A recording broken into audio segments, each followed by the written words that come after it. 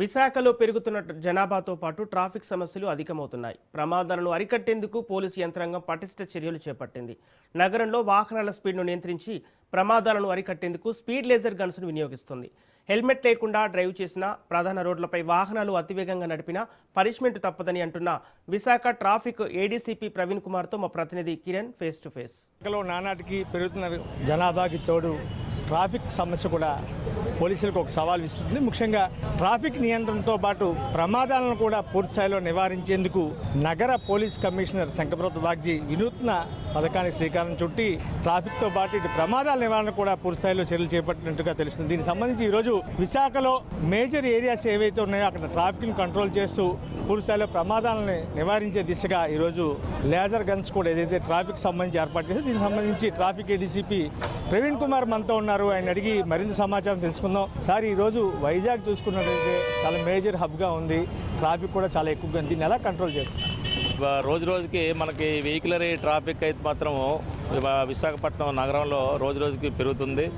దాని మీదను ఈ సిబ్బందిని అయితే మాత్రము ప్రాపర్గా రెగ్యులేషన్ కొరకు అయితే మాత్రము దీనిలో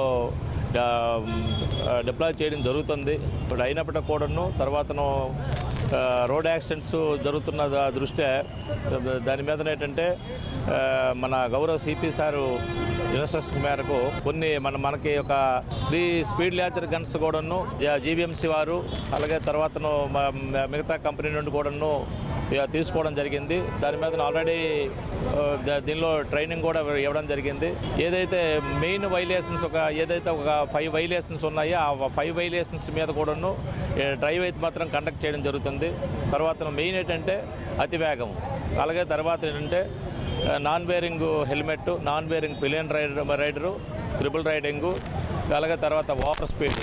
మన స్పీడ్ లేజర్ గన్స్ ఏవైతే ఉన్నాయో వాటి ద్వారా ఈ వైలేషన్స్ కూడా క్యాప్చర్ చేయడం జరుగుతుంది. దాని మీద చలానాస్ కూడా జనరేట్ చేయడం జరుగుతుంది.